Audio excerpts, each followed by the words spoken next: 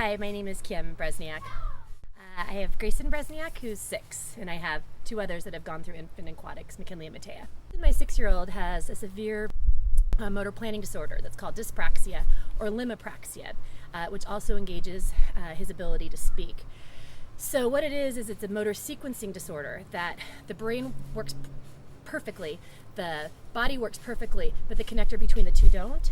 So be like typing on a computer keyboard and not seeing anything on the monitor. They both work, but if they're not connected and there's no communication between the two, nothing's happening. So for him, he also has sensory processing disorder, and the water has just been a immense attraction and joy. But we've done traditional swim class after traditional swim class, private lessons, everything you can imagine, and he's never been able to really attach or learn the significant elements of swimming that he needs for safety. So when we came to Infant Aquatics, we were a little bit leery. I mean, of course, it sounds like 10 days to swim or a short period of time and your child's going to learn how to swim, float, swim. And I remember telling the first day my husband that Miss Chris has the secret sauce. Something's going on here. For the first time, our child, who's also at high danger of secondary drowning because he can't close his mouth in the water, had his mouth closed and was beginning to really learn appropriate measures in the water.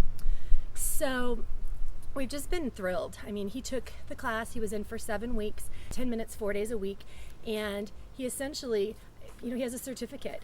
He's learned to swim. He is as water safe as a child can be. No child's ever water safe, but in terms of closing his mouth, finding his air, finding the wall, pushing off the bottom, recognizing the water and having a healthy fear of it.